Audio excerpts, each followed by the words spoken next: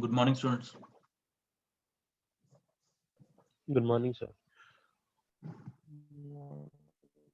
So, Vijay, we have started the article of n-slit, a diffraction from n-slit, isn't it?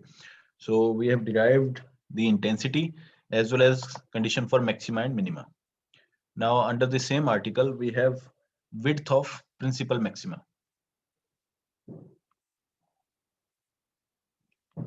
So, width of principal maxima in terms of angle.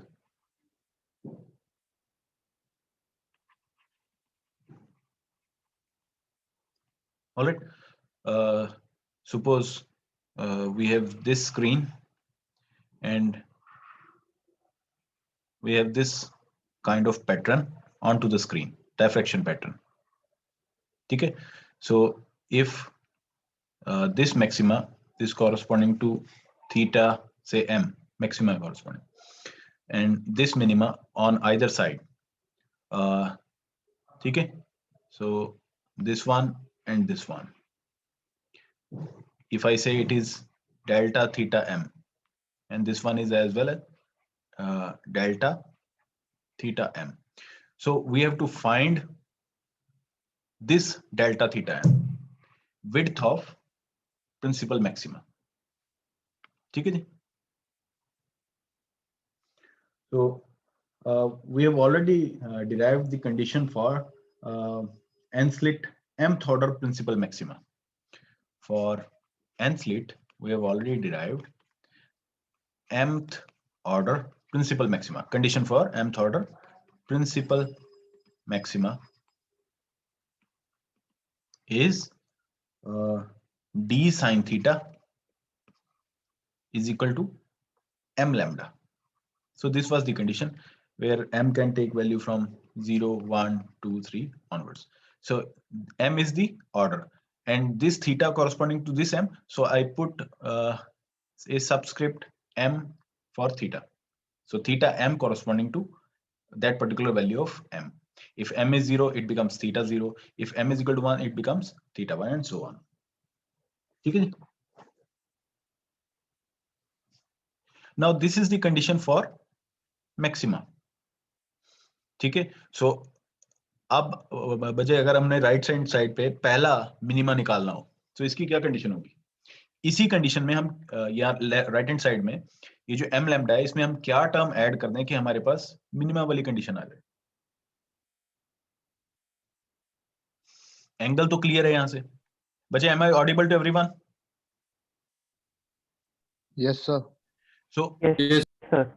So principal maxima में अगर मैं theta m में maxima के corresponding angle है theta m, ठीक है. इसमें अगर मैं डेल्टा थीटा m ऐड कर दूं, for example if I add d sin theta. हाँ जी बच्चे. सर एक बार वो कल आप लास्ट में मिसिंग ऑर्डर का बता. मैं इसके बाद कंक्लूड करता हूँ इसको. सो ये लास्ट सब टॉपिक है इस आर्टिकल का. सो अगर इस थीटा m में मैं थोड़ा सा एंगल और ऐड कर देता हूँ डेल्टा थीटा m. सो मेरी मिनिमा की कंडीशन क्या थी? m लैम्डा साथ में. अब ये पहला ही है, पहला मिनिमा है ये वाला. तो इसमें हमने क्या किया था? p lambda by n. So इस तरह लिखा था ना. So p is equal to first minima है, so p is equal to 1. So lambda by n. So अगर मैं ये ऐड कर दूं, ये मेरी मिनिमा की कंडीशन होगी, फर्स्ट मिनिमा. क्लियर है जी? ठीक है जी. सो हमने क्या स्टार्ट किया? हमने विड्थ निकालनी है, width in term of angle. ठीक है. सो ये है डेल्टा थीटा m. ये हमें विड्थ बता रहा है इसकी कि प्रिंसिपल मैक्सिमा कितना ब्रॉड है. आप जितने n इंक्रीज करते जाओगे, नंबर ऑफ स्लिट्स इंक्रीज करते जाओगे, उतनी ही width of principal maxima decrease करती जाएगी. मैंने आपको कल बताया था कि शार्प होती जाएगी पीक. इंटेंसिटी जो है 4 टाइम्स 9 टाइम्स 16 टाइम्स होती जाएगी. सो विड्थ जो है डिक्रीज करती जाएगी. इसमें मैक्सिमा वाली कंडीशन में अगर मैं थीटा m में कुछ और एंगल ऐड कर देता हूँ, कितना? Delta theta m. तो ये मिनिमा वाली कंडीशन मुझे दे देगा. मिनिमा वाली कंडीशन में वेवलेंथ में क्या होना चाहिए? m लैम्डा में plus lambda by n add करना चाहिए. ठीक है.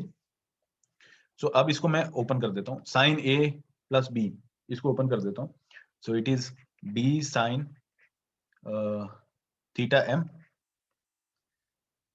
देन क्या आएगा बच्चे साथ में, cos of delta delta theta M delta theta plus साथ में अब क्या आएगा, cos of theta M theta M sine of delta theta M delta theta M is equal to M lambda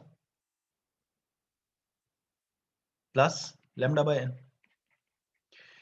Now if delta theta m is very small, if delta theta m approaches to 0, बहुत small है, so cos delta theta m क्या होगा,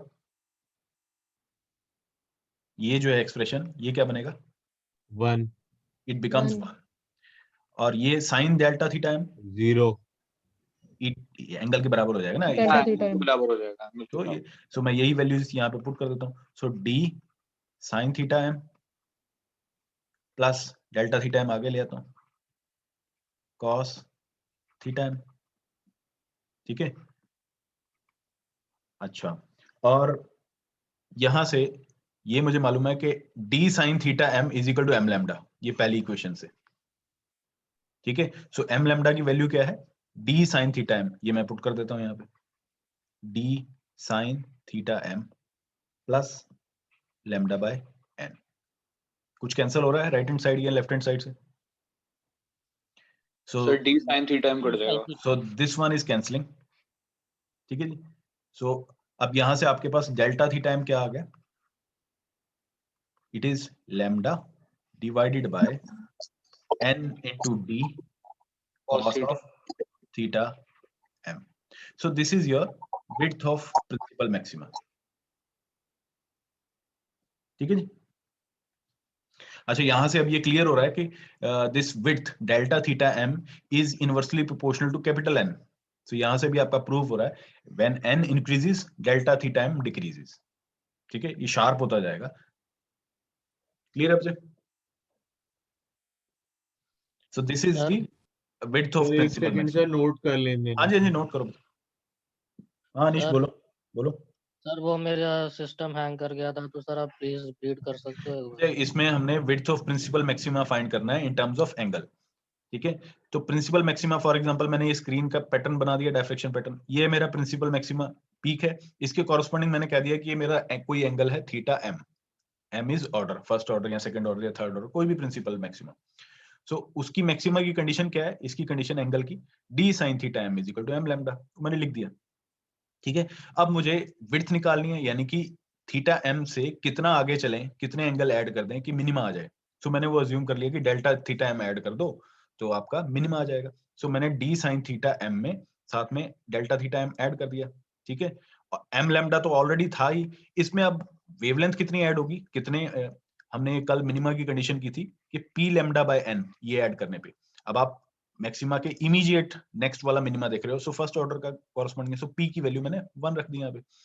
सो ये lambda by N अगर आप M lambda में add करोगे तो आपका मिनिमा वाली कंडीशन आ जाएगी, ठीक है। बस इसको अब मैंने ओपन किया, साइन ए प्लस बी को मैंने ओपन कर लिया और जो कैंसिल हो रहा है उसको कैंसिल करके फाइनली डेल्टा थीटा एम लिख दिया। सो विड्थ ऑफ स्पेक्ट्रल लाइन है, ठीक है, ये आपको न्यूमेरिकल्स में यूजफुल हो सकती है, एमसीक्यूज में भी। फिर तो सर अभी आपने यही कराया ना? हाँ यही करवाया, ओके सर। ठीक है बेटे।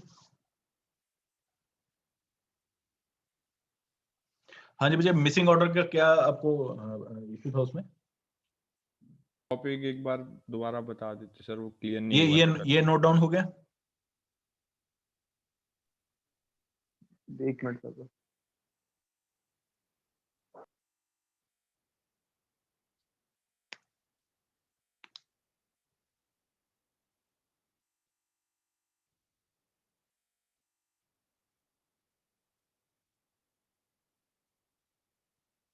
ये हमने राइट साइड वाला किया है, आप सिमिलरली थीटा एम में से डेल्टा थीटा एम माइनस भी कर सकते हो।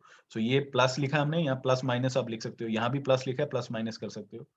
सो कॉन्सेप्ट वही रहेगा, ठीक है। तो डेल्टा थीटा एम वही आएगा आपके पास, चाहे प्लस साइन के हो या माइनस साइन का।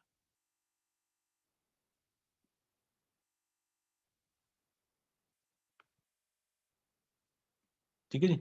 सो इसके बाद था मुझे कॉन्सेप्ट जो मिसिंग ऑर्डर का आपको इशू है।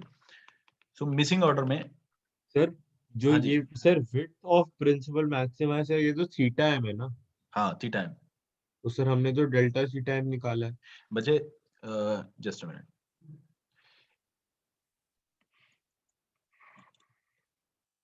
ठीक है। सो ये अगर ये आपका प्रिंसिपल मैक्सिमा है, this corresponding to theta m, तो विड्थ कितनी होगी यहां से यहां तक जब आप गए, ये है डेल्टा थीटा एम, ठीक है। तो थीटा एम तो आपका रेफरेंस पॉइंट है, प्रिंसिपल मैक्सिमा है, उसमें आप कितना एंगल ऐड करो, विड्थ आपको निकालनी है ना। सो ये डिस्टेंस आपको निकालना है एक्चुअल में। सो वो इन टर्म्स ऑफ एंगल आप डेल्टा थीटा एम ऐड कर रहे हो, और इन टर्म्स ऑफ वेवलेंथ आप लैम्डा बाय एन ऐड कर रहे हो, ठीक है जी। सर हाँ जी, sir with twice delta theta m क्यों नहीं होगी? आप ट्वाइस सर में भी लिख विड्थ सकते हो। सर जब हमने 12th में पढ़ी थी सर, वो डेल्टा थीटा एम निकाल के उसको 2 से मल्टीप्लाई करते हैं। हाँ 2 से मल्टीप्लाई भी कर सकते हो बेटा, मैंने सिर्फ आपको डेल्टा थीटा एम निकाल के दिखाया, इसलिए मैंने यहाँ प्लस माइनस साइन लिखा है कि आप इसको ट्वाइस भी कर सकते हो, प्लस माइनस साइन जो है ना, इसी वजह से लिखा है। तो आप तो ट्वाइस सर भी लिख अगर हमें सकते निकालना होगा, मतलब अगर विथ निकालने हो। को हाँ आएगी आप तो हम ट्वाइस लिख सकते ट्वाइस निकालेंगे। हो, हाँ बिल्कुल, ओके। ठीक है। जनरली ट्वाइस में नहीं, इसको डेल्टा थीटा एम में ही लिखते हैं, नोटेशन इसी यही, different books use different notations, ठीक है। तो अब ये मिसिंग ऑर्डर का क्या था मुझे, मिसिंग ऑर्डर में था कि आपके पास एन स्लिप में amplitude is product of two terms, interference की वजह से जो टर्म थी, और एक जो टर्म थी डायफ्रैक्शन की वजह से, ठीक है। सो मिनिमा या मैक्सिमा अब दोनों प्रोडक्ट में है, दोनों टर्म्स प्रोडक्ट में है, सो इनमें से कोई एक भी जीरो हो गई तो आपकी नेट इंटेंसिटी जीरो हो जाएगी, चाहे इंटरफेरेंस वाला मैक्सिमा ही क्यों ना हो। अगर डायफ्रैक्शन वाली की इंटेंसिटी जीरो हो गई तो आपकी नेट इंटेंसिटी क्या हो जाएगी, जीरो, क्योंकि प्रोडक्ट में है। तो वही कंडीशन है मिसिंग ऑर्डर की कि इंटरफेरेंस पैटर्न किस तरह होता है, इस तरह से, यही है ना वजह इंटरफेरेंस पैटर्न। Yes sir. और डायफ्रैक्शन में क्या होगा कि फॉर एग्जांपल मैं एक एग्जांपल बनाता हूं इस तरह से। सो यहां देखो, ये है इंटरफेरेंस का मैक्सिमा, ठीक है, और ये है डायफ्रैक्शन का मिनिमा।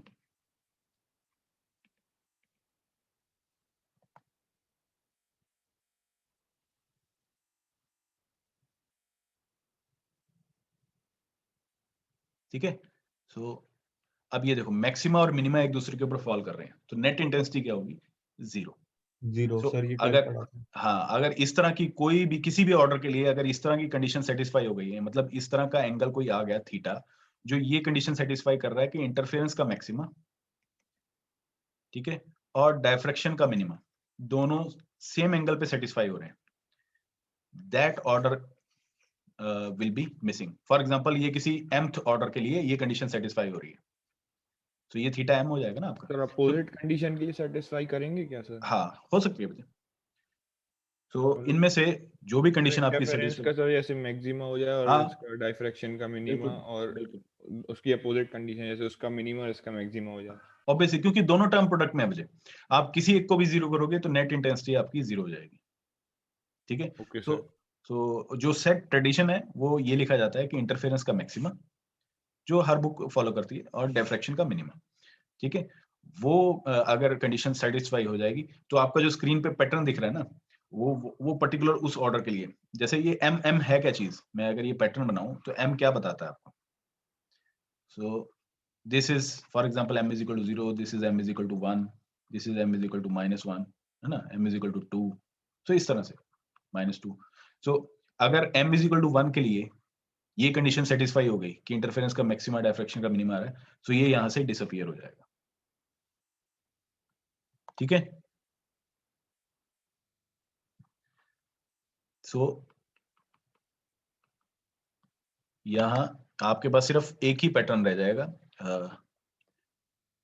ये सेंट्रल, यहाँ पे कुछ नहीं, और यहाँ पे सो ये जो है मिसिंग ऑर्डर है। So m is equal to 1 is missing from the spectrum. This is the concept of missing order, ठीक है जी। क्लियर है बच्चे इसमें n slit? So next step है हमारे पास डायफ्रैक्शन ग्रेटिंग।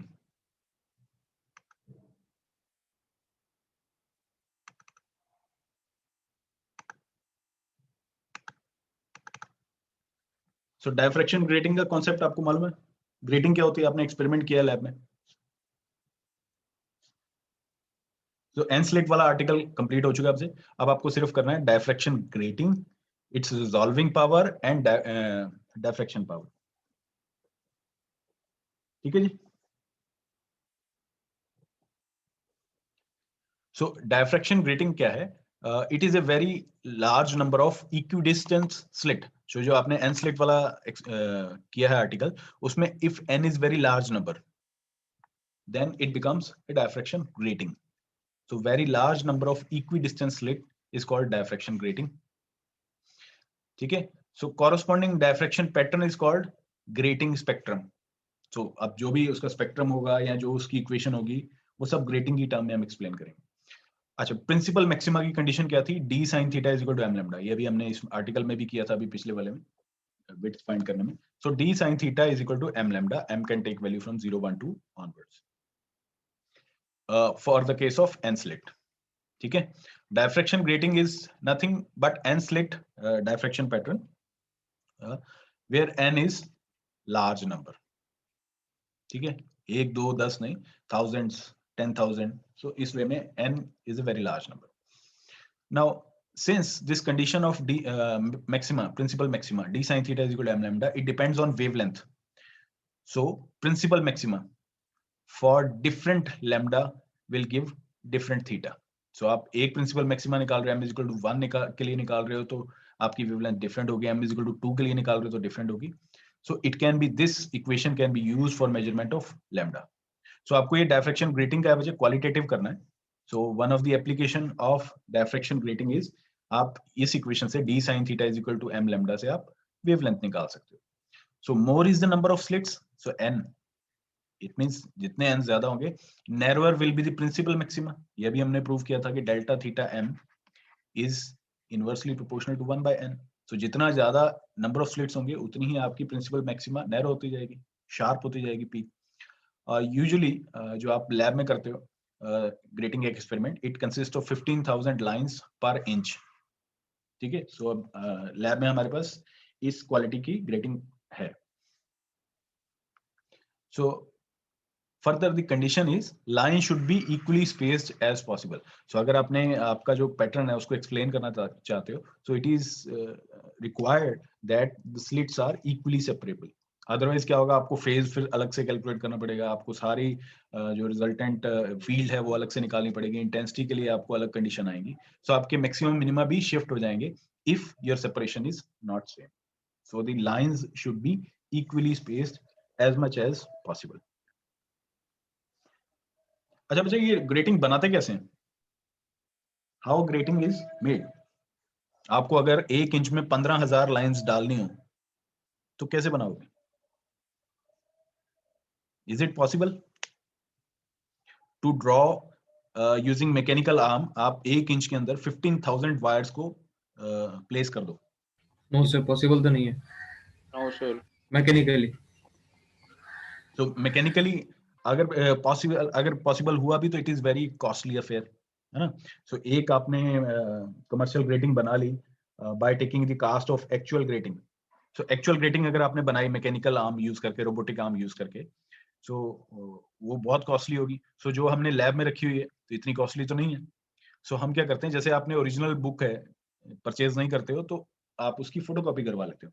सो सिमिलरली जो ओरिजिनल ग्रेटिंग है मैकेनिकल आर्म से जो बनी हुई है, आप उसके ऊपर सोल्यूशन डाल के, फॉर एग्जांपल कास्ट, है ना, कोई सोल्यूशन डाल के आप उसका इम्प्रिंट ले लेते हो. So that can also act as diffraction grating. या इसकी बजाय आप जो आपने पिछले यूनिट में पढ़ा था अकाउस्टिक ग्रेटिंग, वो भी यूज कर सकते हो. लेजर ग्रेटिंग आप वो भी यूज कर सकते हो. So there are different, optics में भी ऑप्शन है. ठीक है? नोड एंटी नोड का कॉन्सेप्ट आप यूज करके ट्रांसपेरेंट एंड ओपेक बना सकते हो शीट को. ठीक है? वो कॉन्सेप्ट है. और ये जो मैकेनिकल का है इसका फोटोकॉपी कर सकते हो आप. ठीक है जी? और ये जो इक्वेशन मैंने लिखी है इसको कहते हैं ग्रेटिंग इक्वेशन. ये जो है d sin theta is equal to n lambda, this is grating equation.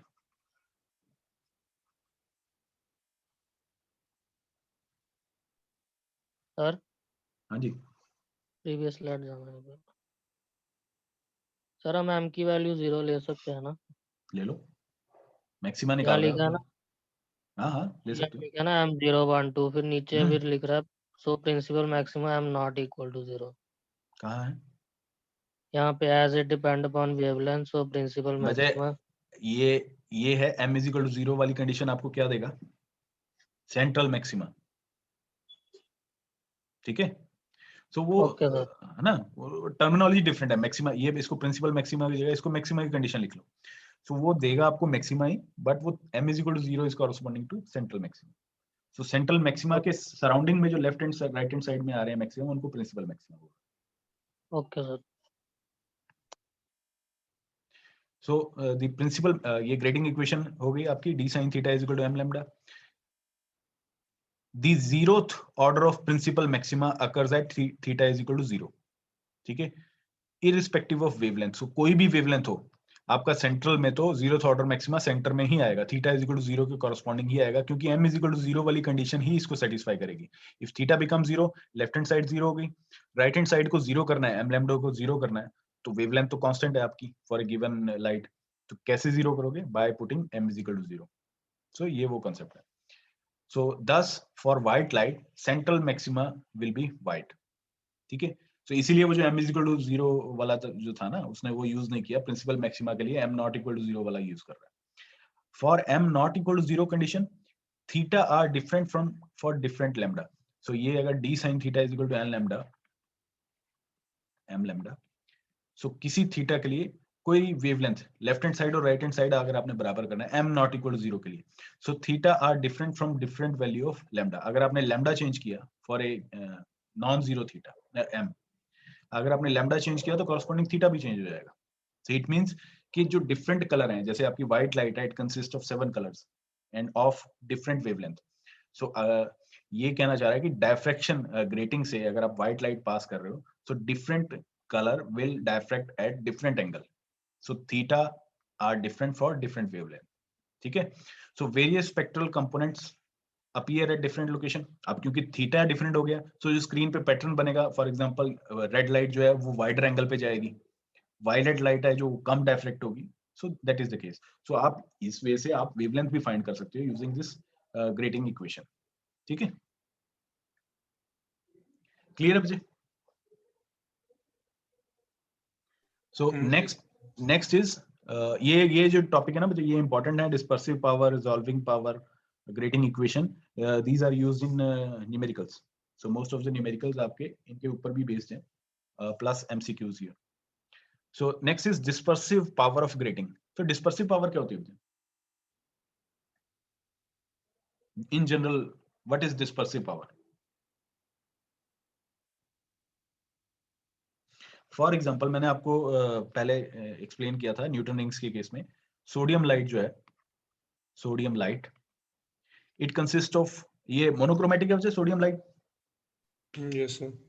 तो ये उस टाइम मैंने आपको बताया था, it consist of two lines, two D1 line D2 lines. So एक की वेवलेंथ है 5896 आर्मस्ट्रॉन्ग और दूसरे की है 5890 आर्मस्ट्रॉन्ग। सो डेल्टा लैम्डा दोनों में है 6 आर्मस्ट्रॉन्ग का। सो for practical purposes they are considered to be same because 6 into 10 raised to minus 10 meter is almost negligible for practical purposes। ठीक है जी। अब अगर आप सोडियम लाइट किसी ग्रेटिंग के ऊपर इंसिडेंट करवाओ तो क्या होगा? अभी हमने डेल्टा लैम्डा वाला कॉन्सेप्ट किया था कि theta is proportional to lambda. So अगर आपका लैम्डा डिफरेंट है तो आपका थीटा भी डिफरेंट होगा। सो अगर D1 लाइन किसी पर्टिकुलर एंगल से थीटा 1 के साथ डायफ्रैक्ट हो रही है, सो D2 लाइन जो है वो थीटा 2 के साथ डायफ्रैक्ट होगी। ठीक है, for practical purposes theta 1 and theta 2 both are same because delta lambda is of 6 Armstrong only. ठीक है, but it depends on quality of grating as well, कि कितनी नंबर ऑफ लाइंस हैं उसमें, कितने स्लिट्स हैं उसके अंदर। ठीक है, सो डिस्पर्सिव पावर का मतलब क्या है कि डिफरेंट वेवलेंथ को कितने ज्यादा एंगल पे थ्रो कर रही है वो लाइन स्क्रीन के ऊपर। क्लियर है मुझे कॉन्सेप्ट? ठीक है, फॉर एग्जांपल ये अगर आपका थीटा 1 के कॉरस्पॉन्डिंग है और ये थीटा 2 के कॉरस्पॉन्डिंग। सो दोनों के बीच में कुछ पर्टिकुलर एंगल सेपरेशन होगी। This is grating number 1। Second, अगर मैं कोई ग्रेटिंग ले लेता हूँ, ये है आपका थीटा 1 के कॉरस्पॉन्डिंग, लैम्डा 1 के कॉरस्पॉन्डिंग, और ये है थीटा 2 लैम्डा 2 के कॉरस्पॉन्डिंग। इनमें सेपरेशन ज्यादा है, ठीक है। एंगुलर सेपरेशन फर्स्ट में कम है, सेकंड में ज्यादा है। लाइट आपकी सेम ही है, सोडियम लाइट ही दोनों के केस में इंसिडेंट है, but it is the power of grating कि वो दो डिफरेंट लाइट को कितना दूर थ्रो कर रही है स्क्रीन के ऊपर, ठीक है जी। सो जितनी ज्यादा आपकी ग्रेटिंग की पावर होगी उतना ज्यादा वो डिफरेंट वेवलेंथ्स को थ्रो करेगी। So this is the concept of dispersive power. तो प्रिंसिपल मैक्सिमा की क्या कंडीशन थी? D sine theta is equal to M lambda. अब डिस्पर्सिव पावर निकालनी है तो ये बाय डेफिनेशन ये होगी d theta by d lambda या delta theta by delta lambda. You have to find the change in angle for a given change in wavelength. So आपको delta theta find करना है for a given change in wavelength. For example delta lambda for the case of sodium is 6 angstrom. So 6 angstrom wavelength change होने पे आपका delta theta कितना change होगा? जितना delta theta ज्यादा होगा उतनी ही डिस्पर्सिव पावर आपकी ग्रेटिंग की ज्यादा होगी। सो अगर आपको d theta by d lambda या delta theta by delta lambda find करना है, सो डिफरेंशिएट ग्रेटिंग इक्वेशन, ठीक है। सो ये बन जाएगा डी कांस्टेंट है साइन थीटा का cos theta into d theta या delta theta is equal to m times change in wavelength delta lambda. So यहां से आपके पास delta theta by delta lambda comes out to be m by d cos theta, ठीक है। So delta theta by delta lambda is called dispersive power. तो ये अगर आपको डिस्पर्सिव पावर फाइंड करने को बोला जाए तो आपको फॉर्मूला जो यूज करना है that is this one, m by d cos थीटा। सर डी थीटा मैक्सिमम 90 हो सकता है ना? डी थीटा, हाँ Yes, बच्चा, sir. हाँ बिल्कुल। बट अभी आप अज्यूम करके चल रहे थे कि D theta is very small quantity, ठीक है। 90 पे कर दिया तो इट मींस वो स्क्रीन के ऊपर तो रहेगा नहीं। आपका डेल्टा थीटा है क्या? अगर ये आपकी स्क्रीन है और ये आपकी स्लिट है फॉर एग्जांपल, तो यहां से अगर लाइट आ रही है, ये फॉर एग्जांपल सेंट्रल मैक्सिमा है, theta central square. So sir 90 पे तो बनेगा ही नहीं स्लिट पे। हाँ वही मैं बोल रहा हूँ। Sorry. सो अगर ये है Dispersive आपका power एंगल, बहुत ज्यादा होगी। तो 90 तो मतलब इनफाइनाइट हो जाएगा ना। थीटा अगर 90 हो गया तो cos 90 क्या होगा? ठीक है, 0 0। सो 1/0 इज इनफिनिटी, तो दैट इज नॉट पॉसिबल। इतनी डिस्पर्सिव पावर होगी नहीं, बट आइडियली ये ज्यादा होनी चाहिए। सो आप किसी ग्रेटिंग की पावर मेजर कर सकते हो in terms of d theta by d lambda. तो dispersive power is proportional to m, order के प्रोपोर्शनल है, ठीक है। जितना ज्यादा ऑर्डर होगा, फर्स्ट ऑर्डर को कम दूर फेंकेगी, सेकंड ऑर्डर को और ज्यादा ब्रॉड बनाएगी वो, ठीक है। सो m के प्रोपोर्शनल है। Higher is the m, well separated will be the maxima corresponding to two close wavelengths 6 Armstrong। For example sodium doublet की जो मैंने अभी बताई आपको 6 Armstrong वाली, so m is equal to 1 के लिए 6 Armstrong को वो कम सेपरेट करेगा, m इज इक्वल टू 2 के लिए आप वो ज्यादा सेपरेट करेगा, m इज इक्वल टू 3 के लिए और ज्यादा। बट प्रॉब्लम क्या है, m is equal to 2 3 4 onwards जैसे आप जाते जाओगे इंटेंसिटी डिक्रीज करती जाएगी, ठीक है। सो दोनों प्लस भी है, इसका मेरिट भी है, डीमेरिट भी है। हायर ऑर्डर लोगे दो सेपरेशन ज्यादा हो जाएगी पर लाइट फीबल हो जाएगी। Second point is dispersive power is inversely proportional to d, the grating element. d is a plus b, ये जो हमने बताया था अभी। So smaller is the d grating element, larger with the angular separation, ठीक है जी। स्मॉल d स्मॉल होने का क्या मतलब है, आपकी जो सेपरेशन है, स्लिट सेपरेशन है, वो कम होती जाएगी। स्लिट सेपरेशन कम होने का मतलब है आपका जो n है वो बढ़ता जाएगा, ठीक है, नंबर ऑफ स्लिट्स बढ़ते जाएंगे। थर्ड पॉइंट है dispersive power is inversely proportional to cos theta as well. So theta is, if theta is very small, cos theta 1 हो जाएगा। So d theta by d lambda ideally will become m by d। This kind of spectrum is called normal spectrum. So जब आपको normal spectrum बोला जाए, you don't have to use cos theta in denominator, simply d theta by d lambda या delta theta by delta lambda is equal to m by d, ठीक है जी। Excuse me, sir. हाँ जी, Sir, here m is the order of principal maxima. Yes. Okay, sir. So यहाँ पे अब हमें यहाँ क्या पता लग रहा है कि डी थीटा, इस इक्वेशन से देखो, m इज फिक्स्ड, ऑर्डर है कोई, d इज सेपरेशन, ये भी फिक्स्ड है, so d theta is proportional to d lambda. So for normal spectrum d theta is proportional to d lambda. ठीक है जी, नॉर्मल स्पेक्ट्रम नहीं होगा तो साथ में cos थीटा वाली टर्म भी आएगी, सो डिनोमिनेटर में यहाँ cos थीटा भी आएगा। So separation is proportional to change in wavelength. ये तब होगा कब, जब नॉर्मल स्पेक्ट्रम होगा, ठीक है, एंगल स्मॉल होगा। So this is the dispersive power of a grating. अच्छा, इसके बाद बच्चे इसी में टॉपिक है रिजॉल्विंग पावर। ये क्या होती है? What is meant by resolving power? How it is different from dispersive power? Sir अगर अगर हम हम दो object कोई दो क्लोजली स्पेस्ड ऑब्जेक्ट्स को काफी ज्यादा डिस्टेंस से देखते हैं तो वो हमें एक ही ऑब्जेक्ट जैसा दिखता है, तो उसमें डिफरेंशिएट करने की पावर को रिजॉल्विंग पावर कहते हैं। यस, सो क्लियर है बच्चे। डिस्पर्सिव पावर है कि कितनी दूर थ्रो कर रहा है, कितना दूर चेंज इन एंगल को वो विजुलाइज करवा रहा है। रिजॉल्विंग मतलब आप जो क्लोजली स्पेस लाइन है उनको कितना क्लियरली देख पा रहे हैं। ठीक है, अब ये इसको डिफाइन करते हैं कैसे होगा।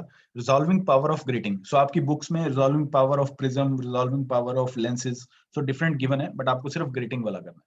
सो resolving power of grating, so minimum separation at which two objects look separate is called limit of resolution. So when आप for example एक ऑब्जेक्ट के ऊपर दूसरा ऑब्जेक्ट है, आप उन दोनों को सेपरेट करते जाओ, कितनी दूर तक सेपरेट करना है, कितनी लिमिट ऑफ रेजोल्यूशन रखनी है, जब वो सेपरेट दिखना शुरू हो जाए, that is called limit of resolution.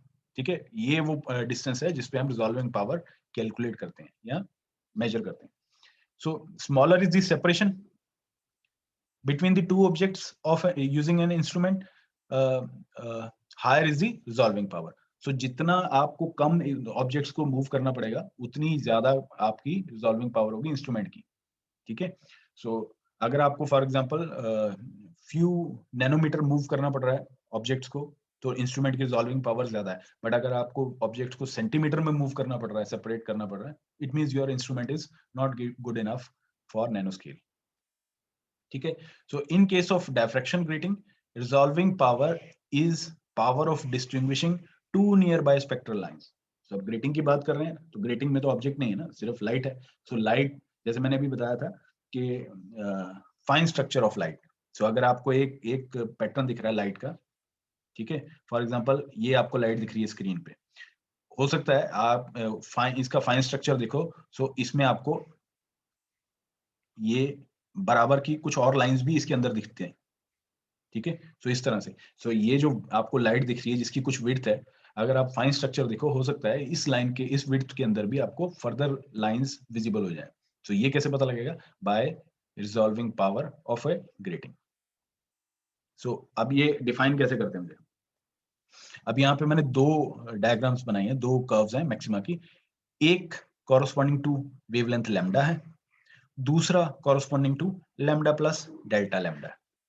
ठीक है, लैम्डा का मैक्सिमा यहाँ पे आ रहा है और लैम्डा प्लस डेल्टा लैम्डा का मिनिमा इसके एग्जैक्टली मैक्सिमा पे आ रहा है। ठीक है, सिमिलरली यहाँ भी है, लैम्डा प्लस डेल्टा लैम्डा का मैक्सिमा और कॉरस्पॉन्डिंग लैम्डा का मिनिमा, ये एक दूसरे के ऊपर पड़ रहे हैं। ठीक है, सो आप ये जो है इसको सेपरेट करते जा रहे हो, इस डिस्टेंस को, ये पहले डी जो डिस्टेंस, इसको कुछ और लिख लेते हैं, कैपिटल डी, ये जो डिस्टेंस था ये बहुत कम था, आप धीरे धीरे डी को बढ़ाते जा रहे हो। सो एक ऐसा पॉइंट आया जब लैम्डा का maxima is falling on minima of lambda plus delta lambda. ठीक है, ये कंडीशन है अब जब आपको डिफाइन करना है रिजॉल्विंग पावर। सो इफ इस क्राइटेरिया को रेले क्राइटेरिया भी बोलते हैं of defining the resolving power, if the principal maxima corresponding to wavelength lambda plus delta lambda, ये वाला जो wavelength falls on first minima on either side of wavelength lambda. So ये जो आप डैश लाइन आती जा रही है यहाँ पे, ये इसको मैं रेड कर देता हूँ। So अगर ये यहाँ पे फॉल कर रहा है, इसका मैक्सिमा लैम्डा वाले के पहले मिनिमा पे फॉल कर रहा है, then the two wavelengths, पहली है लैम्डा और दूसरी है lambda plus delta lambda, are said to be just resolved. सो अगर आपकी सोडियम लाइट है तो D1 एंड D2 लाइट है, सो 6 आर्मस्ट्रॉन्ग का डिफरेंस है। सो एक लैम्डा 5896 है और दूसरी है डेल्टा लैम्डा है इसमें 6 आर्मस्ट्रॉन्ग, ठीक है, प्लस माइनस, ठीक है। So this criteria is called Rayleigh criteria of defining the resolving power. अच्छा, अब आपको कंडीशन निकालनी है, सो आपको मैक्सिमा इसका निकाल लेना है और मिनिमा इसका। सो ये मैक्सिमा है लैम्डा प्लस डेल्टा लैम्डा के कॉरस्पॉन्डिंग और ये मिनिमा है लैम्डा के कॉरस्पॉन्डिंग। सो आपको इनकी मैक्सिमा मिनिमा की कंडीशन लिखनी है और दोनों को सॉल्व कर लेना। सो वो करते हैं मुझे। So the principal maxima for wavelength, ये कोई वेवलेंथ है, ठीक है, लैम्डा प्लस डेल्टा लैम्डा। इसका प्रिंसिपल मैक्सिमा क्या होगा? इक्वेशन क्या थी? d sin theta is equal to m times wavelength. मैं लैम्डा नहीं लिखता अभी क्योंकि हम वो सिंबल यूज कर रहे हैं। So d sin theta is equal to m into wavelength, यही थी। सो मैं d sin theta is equal to m into wavelength क्या है? Lambda plus delta lambda. ये मैक्सिमा की कंडीशन आ गई। अब हमें मिनिमा किसका देखना है? Minima we have to see for wavelength lambda. Minima की क्या कंडीशन थी? d sin theta is equal to m times lambda plus lambda by n। m lambda, ये मैक्सिमा की कंडीशन है m लैम्डा। इसमें अगर हम छोटा सा टर्म और ऐड कर दें लैम्डा बाय n, सो ये फर्स्ट मिनिमा जो है उसके इमीडिएट सेंट्रल मैक्सिमा या प्रिंसिपल मैक्सिमा के जो नेक्स्ट मिनिमा है वो हो जाएगा, क्योंकि ये थी p लैम्डा बाय n। सो आपको फर्स्ट ऑर्डर का मिनिमा चाहिए, सेकंड ऑर्डर का चाहिए, थर्ड ऑर्डर का चाहिए, उसके हिसाब से।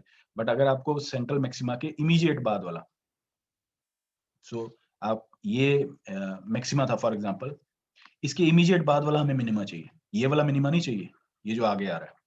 इसके लिए आपको p की वैल्यू 2 हो जाएगी, इसके लिए p की वैल्यू 1 है, इसके लिए p की वैल्यू 2 हो जाएगी, ठीक है। सो हमें इमीडिएट बाद वाला मिनिमा चाहिए, सो वो हमने लैम्डा बाय n लिख दिया। सो अब आपके पास दो इक्वेशंस है, पहली ये है और दूसरी ये है। So you have to solve them simultaneously. अब लेफ्ट हैंड साइड तो d sin थीटा यहाँ भी है, यहाँ भी है सेकंड इक्वेशन में। So equating equation number 1 and 2, यहाँ से हमारे पास इक्वेट करने के बाद लैम्डा बाय डेल्टा लैम्डा की वैल्यू आई m into n. This lambda by delta lambda is called resolving power of a grating. So it is denoted as R lambda by delta lambda and it is equal to m into capital N. This is the resolving power of grating. Clear है बच्चे? Any doubt?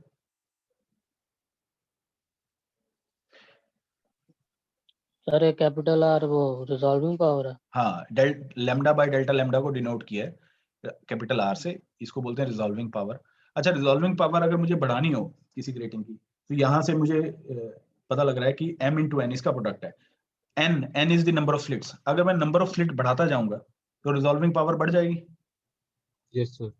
Yes sir. कितनी limit है, मैं कहाँ तक बढ़ा सकता हूँ? कोई कंडीशन भी तो होनी चाहिए ना। इन्फिनिटी तो नहीं कर सकता मैं n को, तो कहां तक मैं बढ़ा सकता हूं?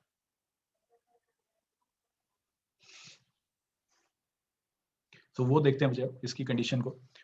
सो resolving power depends upon total number of lines and resolving power is proportional to order of the spectrum.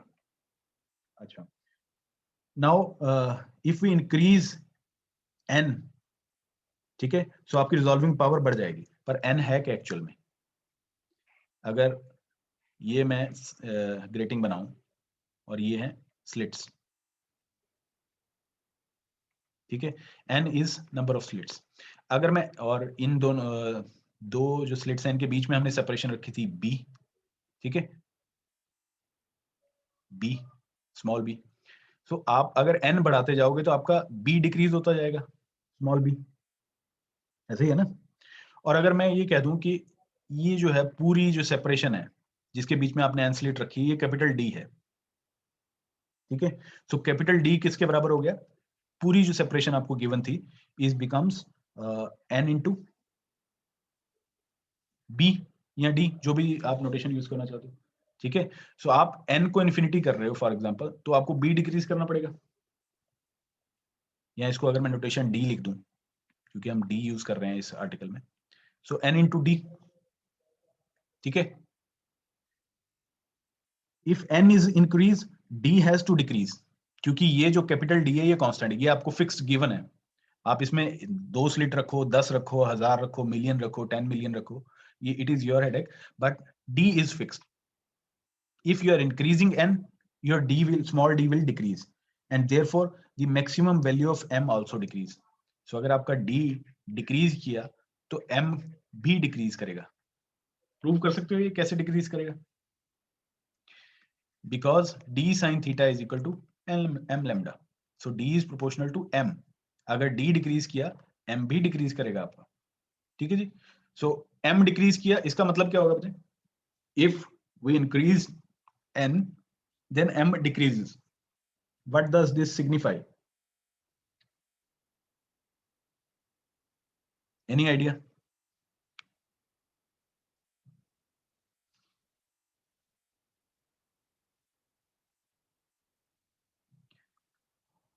m क्या है? मैक्सिमम ऑर्डर, कितना ऑर्डर आप फर्स्ट ऑर्डर, सेकंड ऑर्डर, कितने ऑर्डर तक का आप रिजॉल्व कर सकते हो. ठीक है. सो अगर मैं फॉर एग्जांपल कह देता हूं, if d is equal to से 2.5 लैम्डा. ठीक है. सो इसका क्या मतलब है? फॉर एग्जांपल अगर आपको एमसीक्यू में आता है कि d is equal to 2.5 lambda, आप बताओ कि कितने ऑर्डर तक आप ये जो ग्रेटिंग है यूज कर सकते हो फॉर रिजॉल्विंग. m की कितने ऑर्डर तक आप रिजॉल्व कर सकते हो? सो m की वैल्यू होगी 1 एंड 2. 3 नहीं जा सकती क्योंकि ये 2.5 लैम्डा है. अगर d की वैल्यू 1.5 लैम्डा है, सो m की वैल्यू क्या हो जाएगी? 1 ओनली. 2 पे नहीं जाएगी क्योंकि ये 1.5 है. 2 पे जाएगा तो ये 2 बढ़ जाएगी सेपरेशन, जबकि ये आपका फिक्स्ड है. सो इट मींस जैसे जैसे आप d को डिक्रीज करते जा रहे हो, आप जितने ऑर्डर को रिजॉल्व कर सकते हो, ठीक है, वो भी डिक्रीज करता जा रहा है. सो आप n को इन्फिनिटी पे नहीं लेके जा सकते. आपको जितने ऑर्डर, फॉर एग्जांपल अगर आपको 5th ऑर्डर का रिजॉल्विंग पावर चाहिए, सो आपके ऊपर कंडीशन है कि आप n को इससे ज्यादा नहीं रख सकते. ठीक है. अदरवाइज आपका जो ऑर्डर है वो भी डिक्रीज करता जाएगा. So this is how we limit the value of total number of slit in the given separation. So एक given separation D है, उसमें आप कितनी स्लिट रख सकते हो, ये डिपेंड करता है कि आपने किस ऑर्डर की रिजॉल्विंग पावर लेनी है. ठीक है, किस ऑर्डर पे लेनी है, फर्स्ट ऑर्डर पे लेनी है, सेकंड ऑर्डर पे लेनी है. फॉर एग्जाम्पल यहाँ देखो, अगर m is equal to 1 first order पे ये आपको चाहिए, तो आप d जो है, ये जो सेपरेशन है, इसको 1.5 टाइम्स वेवलेंथ रख सकते हो, या 1 टाइम्स वेवलेंथ रख सकते हो, 2 से नीचे रख सकते हो. सो 2 लैम्डा से नीचे आप रख सकते हो 1. So your d is greater than 1 lambda और इज लेस देन 2 लैम्डा. सो इस सेपरेशन के बीच में रखोगे तो आपके पास m इज इक्वल टू 1 तक की ही रिजॉल्विंग पावर आएगी. m इज इक्वल टू 2 कर दोगे तो रिजॉल्व नहीं कर पाएगा. क्लियर है जी?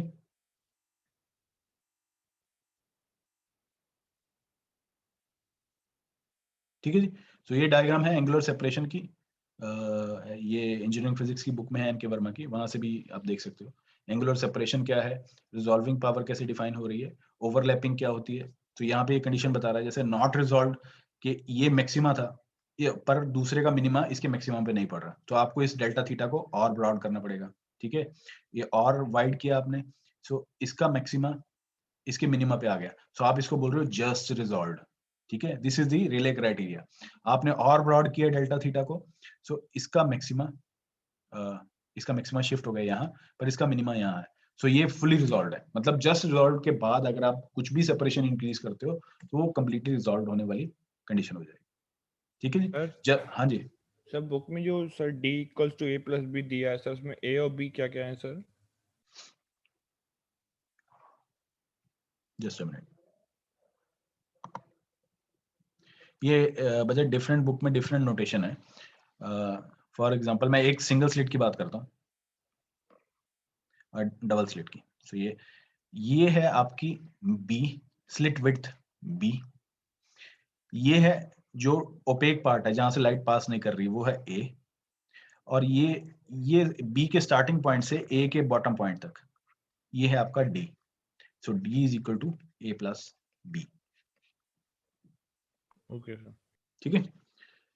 तो बताइए, आपका डायफ्रैक्शन का यूनिट कंप्लीट हो गया. So in this unit we have discussed about the brief introduction of diffraction. आपको Fraunhofer diffraction करनी है, इसमें Fresnel diffraction नहीं करनी है. We have discussed about the single slit diffraction pattern, double slit diffraction pattern, n slit diffraction pattern. we have derived their resultant intensity, ठीक है, then resultant field and then intensity, and we have find the condition for minima and maxima, ठीक है।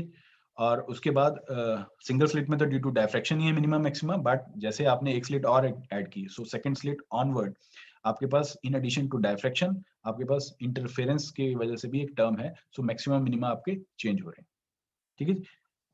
So for example अगर ये आपका single slit का है maxima, आपने इसमें एक और स्लिट ऐड कर दी, सो अगर ये डबल बन गया, सो मैं इसको चेंज करके दिखाता हूँ मुझे, तो ये किस तरह से चेंज होगा।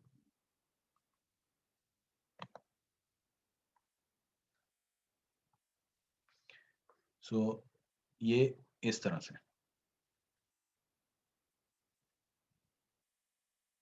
ठीक है। सो ये रेड वाली लाइन है सिंगल स्लिट की और ब्लैक वाली है डबल स्लिट की। सो वही एनवेलप है, आउटर एनवेलप वही है सिंगल वाला, पर आपको फाइन स्ट्रक्चर दिखनी शुरू हो गई, ठीक है। n इज इक्वल टू 3 करोगे और फाइन स्ट्रक्चर दिखेंगी, ठीक है, क्योंकि उसी एनवेलप के अंदर आपके पास लैम्डा बाय n मिनिमा कितने आएंगे, लैम्डा बाय n वाले हैं। n स्लिट के कॉरस्पॉन्डिंग आपके पास मिनिमा थे n-1 और मैक्सिमा थे n-2, ठीक है। सो ये आपकी कंडीशन थी मिनिमा और maxima, secondary minima and secondary maxima. So ये और ज्यादा शार्प होते जाएंगे। सो जैसे जैसे आप स्लिट इंक्रीज करते जाओगे, ये मिनिमा और मैक्सिमा फॉर एग्जांपल और इंक्रीज की, सो इस तरह से, सो ये इंक्रीज करते जाएंगे, ठीक है। उसके बाद हमने किया डायफ्रैक्शन ग्रेटिंग, ग्रेटिंग इक्वेशन की, ग्रेटिंग होती क्या है, डिस्पर्सिव पावर ऑफ ग्रेटिंग क्या है, रिजॉल्विंग पावर ऑफ ग्रेटिंग क्या है, और साथ में हमने किया था विड्थ ऑफ प्रिंसिपल मैक्सिमा भी, ठीक है। So this much is the syllabus of your diffraction as far as diffraction is concerned. कोई और डाउट है तो पूछ सकते हो मुझे। सर एक बार ना जो एलिमेंट्स थे आप वो